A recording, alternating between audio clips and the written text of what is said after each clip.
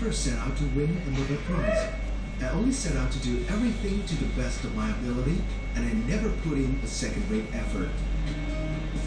With such resilience in his work, Sir Harold Kroto finally became the co-winner of the 1996 Nobel Prize for Chemistry.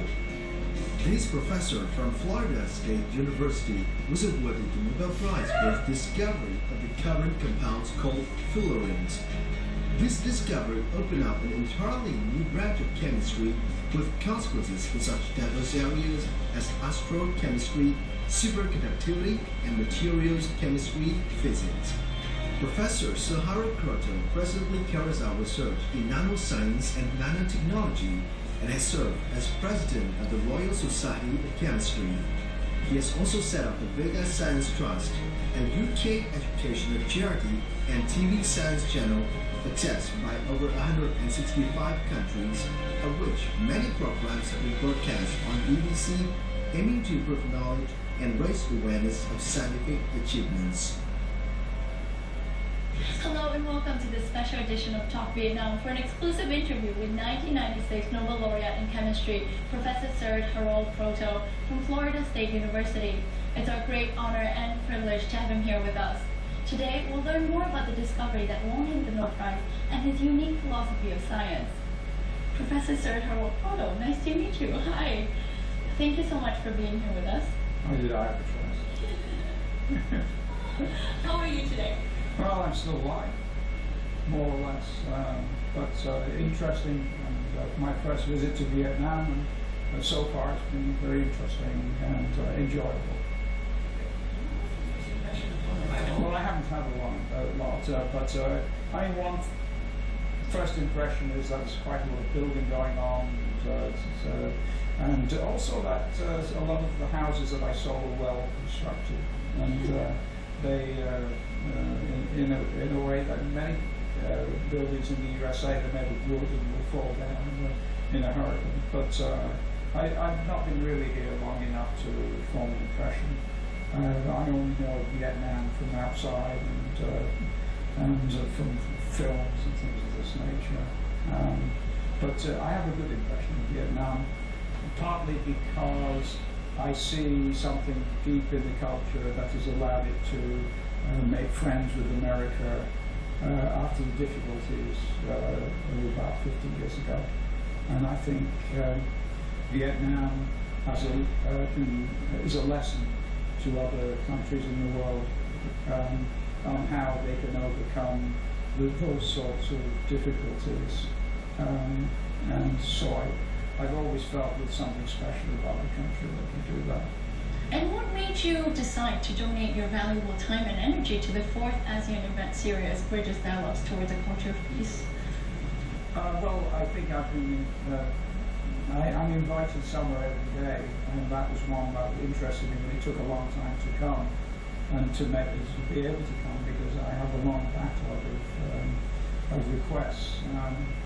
But peace is obviously something that interests me.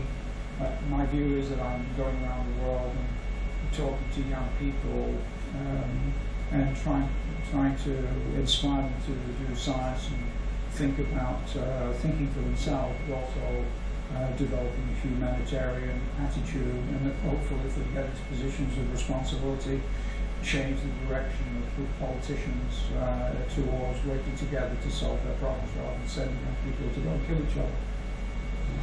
And how about your schoolboy times? You were still a schoolboy when you developed what you call an unhealthy interest in chemistry. Well, that's a bit of a joke, but yes, yeah.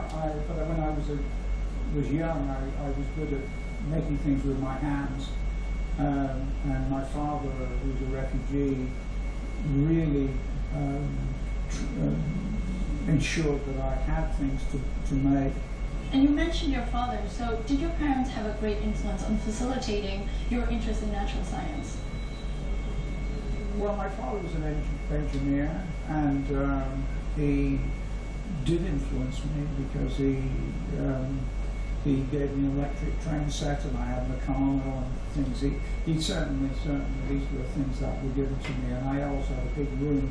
It was an old house, it was really in the slums, but I had my own world and where I had a train set and made things out of a set and corn and things of this nature.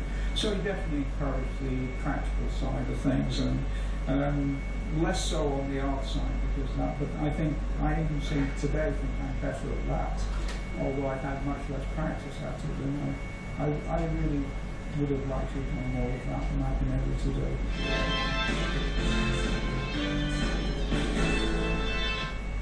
Were you the best in your class? No, not at all. I was good, but I was never the best in the class, and it depends what subject. So I was up in the top quarter or third in general. The only thing I was best at as a young child was geography. I mean, that was the subject, and I remember coming top in geography and deciding, I can be top in something. So I'll focus on geography, and I think that's part of it. But I don't like competition. I don't think it's healthy. I think the thing top of the form is not a good thing, because there are kids at the bottom. We've got to have a totally different attitude to schoolwork. We somehow have to encourage people, the young kid who's bottom of the form. What sort of incentive is that? So there's something really at a very fundamental level not right in the way that we interpret competition as being good in our schools and education programs. I don't know what the solution is, but that's definitely not one. Because every kid has some potential, and I think a lot of them, when they're at the bottom of the form, then feel that's it and they can't achieve anything. And we need to rethink that. Definitely. And what advice would you give to a child who would want to be where you are now? Well, don't even think about it. I mean, I've said that I'm a Nobel Prize winner, and I never thought of this. And if people had said, you're going to be a Nobel Prize winner, I would have said you're crazy. I didn't go into science to win any prizes. I didn't even go into it to be a professor. The advice I have to all children, whatever it is, it's not about science, is to find something which satisfies them. So I don't like the word to say I enjoy hard work any more than anybody else does. On the other hand, I think people who are successful in being creative get something else. They enjoy it when they're finished, but they're able to somehow just immerse themselves in a creative process where hard work doesn't seem hard work. It's something that the hard work pays off by achieving something at the end, and they're satisfied that they've done something that nobody else could do. But it's also something that is determination. And I tell young people, if you're doing something and a second-rate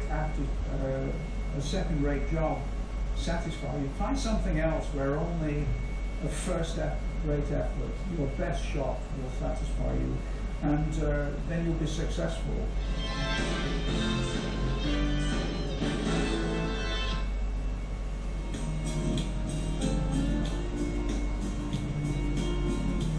Sir Harold Kroto was awarded the Nobel Prize in Chemistry in 1996 with Robert Girl and Richard Smalley for the discovery of C60, the molecule made up of 60 carbon atoms that garnered fame for being shaped like a soccer ball.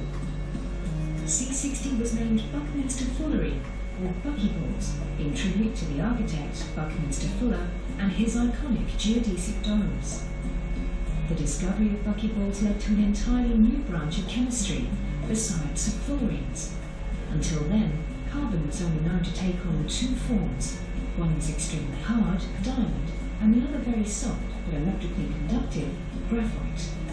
The new fullerene molecules and their close relations, carbon nanotubes, often exhibit both of these properties and are already being tested in solar cells, nanocircuits, and drug delivery systems. Carbon nanotubes have already proven to be the strongest materials in the world and promise exceptionally light and versatile components. I have a mission to ensure that people understand science And science is about asking questions and curiosity. So how about your Nobel Prize? What triggered your discovery of C60 in 1985? Well, I was interested